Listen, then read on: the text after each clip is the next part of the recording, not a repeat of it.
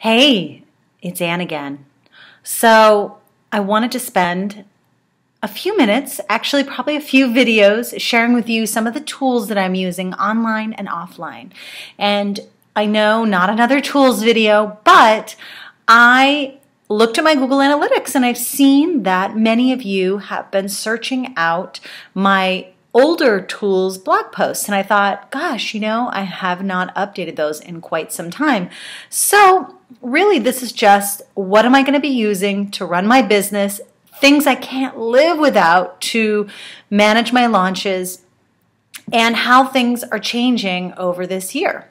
So in this first video, I'm going to talk a little bit about 2014 and the various tools that maybe did or didn't work. Ones of note, not every single tool that I've ever used in my life, but the ones that kind of stood out to me that were game changers or caused some sort of maybe negative or not or positive change in the way that I worked. Because I think that a tool is only as good as how it improves your just day-to-day life, really. So, with that said, that's what I'm going to talk about in this first video. And then we're going to get, if we have time, because I don't want this video to go too long, we are going to then move into the tools in my digital toolbox. And that's, surprisingly enough, not where I'm spending most of my time these days, because I'm finding myself drawn offline, which is why in the third video is where I'm going to go over some of those offline analog tools that really have inspired me and have changed. I'm actually still a little bit giddy about how I'm changing my work again. We're still in the settling process. So everything I'm sharing with you now is totally up for change. So in 2014, we had lots of different experimentational tools or things that we realized maybe didn't work or things that all of a sudden worked that would have been counterintuitive to what would work. So some of those things that aren't really on my day-to-day radar of tools that I use are Trello, which I love Trello as a tool to work with external, mostly web developers. I don't know what it is about working with a developer in Trello, but it just makes sense. The Trello, and I can do a video about using Trello and why it's kind of so cool, but why you may want to consider something else. The only reason why I love Trello and I refuse to discard it completely. First of all, it's free to use. There is, I think, an organizational one that you can pay for, but there is a free version to start out with. So that's not the only reason. I don't just say yay to free things. So the reason I loved it is because there are these cards and columns, and you basically have all of your cards in one column saying, these are the things we got to get done, and this is that in progress. You can make whatever columns you want. And working with a developer was great because we just set out the things that they would do as they needed me to review things, or as they started work on things, they would say in progress. When they needed my review, then they would add me to the review, add the card to the review column, and then add me to it. And it was really easy for me to work with that person. When we were working with the team with it, it was a little bit difficult because notifications, I can't remember, but I feel like there was some wonkiness with me and the notifications. I don't want to be getting notifications all the time. I'm very picky about what notifications come to me, because if they come to me and I don't like them, then I seriously will ignore it. And I don't know if that's some sort of weird psychological tick, but I had a hard time managing my work inside, just alone inside Trello. And you can't really mark something complete. You can drag it to the finished column, but you really can't drag it to complete. You can drag it, you can't say completed task. So it's a little bit different. I am going to dig into that because I do think in certain circumstances that Trello is a great way to possibly manage specific projects, working with specific people. So Trello's one of those ones that is not leaving my list, but I don't use on a regular basis. Another notable tool that I paid money for the whole year almost, was Timerlay.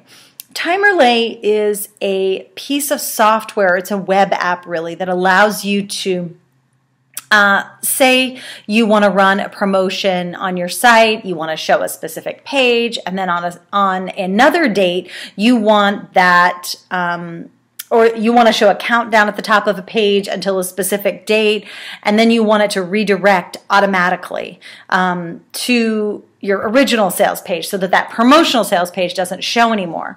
There are many reasons you might want to do this, and I will be covering that evergreen versus live launch in an upcoming video and blog post. So stay tuned for that, and definitely ask me any of your questions for that. I started to use it. I wanted to try it out after seeing a paid class that David Siteman Garland did this year. I was really interested in his behind-the-scenes setup. I'd heard about his success with it through some friends of mine who mastermind with him, and I thought, you know, maybe I'll try it out too. Ultimately, I ended up not using it right away, so I'm like paying and paying and paying and paying and paying, and I think I got cranky about that because things have to be super useful for me, and I have to be using them for me to really feel like they're working. Even though, to be totally honest, I didn't use it a ton. I did end up using it on one project that even though it was an automatic switch back to the normal sales page, and I'll tell you, I used it for the launch walkthrough promotion back, I want to say, the last Black Friday 2014. And essentially what it did was it showed a promotion page with a special button and pricing, and then it had like a little built-in countdown on the top. And the thing about those countdowns is the countdown doesn't actually live on your website. So you could really put that countdown on anything. And that actually was the interesting thing to me. So I don't dislike Timerlay. I just didn't have the capacity to use it myself. There were a lot of changes on the team, and there were a lot of things that were going on the team. So if I had had a dedicated person to play around with this, and I can definitely see how it could come in handy with, let's say, an affiliate promotion where you're offering a bonus, you can put a banner, a countdown for that bonus on anybody's page, which is crazy. I mean, any page. And it doesn't actually affect their web code. It's just what is viewed in the browser. So I think that was a great test. I wish I'd had more time with it, but really, I realized that I'm not going to be doing that kind of thing too often. I'm not going to be doing these timed promotions where I can't just myself change the redirect. So we'll see. I may be back to Timerlay this year, but for now, I'm out of that. Another one that I think I mentioned before in my tools blog post from last year is GoToWebinar. So GoToWebinar has served me well. I started using it when I worked with Laura Roeder at LKR Social Media, and honestly, I just keep using it because anytime that I try to use something else, it's like the learning curve or the technical learning curve is a little bit too much for me to want to even deal with. I get really, not frustrated, but I get, if something takes too long for me to figure out, I'm like, you're out. So I'm pretty ruthless like that. So there have been a few other tools that I've tried that, honestly, I'll try them again, but they always cause me so much and I still use GoToWebinar for my webinars. So one thing I did with my account though is when I'm not using it, if I'm not in the middle of doing office hours for Fearless Launching or another program or doing anything specific like that, I turn my service off. I just cancel my account for that period of time. And I take the risk that the price is going to go up when I reinstate it. So I know that, and I'm okay with it. Then another tool that I was using was Evernote, and I still am using Evernote to some extent. I'm still trying to figure that out because I believe that Evernote can really help me in the amount of ideas that I generate. I definitely, even though I've taken on some analog tools, I don't want to become, you guys are going to think I'm weird, but I have this thing about being wasteful too. So part of me feels very conflicted that I'm using all these analog paper tools. I definitely want to make sure that if I'm using the paper tools that I'm really using them. And I'll get to that in a little bit. So, and I am still coming up with how am I going to make sure that I'm not being wasteful with paper and just saving trees at least somewhat. So yes, I go back and forth, but I love Evernote. I do love Evernote. So I don't want to lose that. And Natasha Voronpovia is trying to get my head back in the game with that. So we'll see how it goes. So that's that. But Evernote, I was paying for the business account, I think, to share it with my team. And then I realized that Evernote really is where I do content creation, so I don't really need to share it. By the time it's ready to go, I can just pop it into Google Docs and be done with it, or email it to somebody on the team. So that is that. So I canceled that paid account. And you know, a side note on these is I think it's a good idea every once in a while to go through all the tools that you've got and all those recurring charges that you've got in PayPal and make sure that you're still using those products. Because that was something I just did recently after watching a Denise Duffield Thomas video, who is coincidentally, she is on the podcast this week, but she had a video on money leaks, and I will put that link in today's blog post or in down below, because the money leaks video was really interesting because we get told as entrepreneurs, don't say you can't afford it, but I think you do need to ask, am I using this? Is this useful to me? Am I spending money where I don't need to? And is maybe there's something else that I need to free up that cash for. And even these little charges like $10 here, $40 there, $20 there, that stuff adds up. And I did that kind of calculation right before I moved to Infusionsoft, which now that I'm looking at the time in the video, I think that I will do a separate video on those digital tools. So, so that was one. Anyway, so I've been going through all of my tools and just asking myself, do I really need this? Do I use this already? If I don't use it yet, can I make time in the next 2 weeks to figure out about using it? So, so as you can see, some of those definitely didn't make the list. So Timerlay, Evernote Business, Hootsuite is another one that I kind of just discovered that I was still paying for part of the year, so I canceled that out as well. I sometimes still use Hootsuite, and I think I have some of their RSS feeds still publishing to Twitter for me, but in general, I have totally changed my social media automation and scheduling and how I handle social media in general. So that is in the digital tools video coming up next. Let me just make sure that there's no others. GoToWebinar, I said that.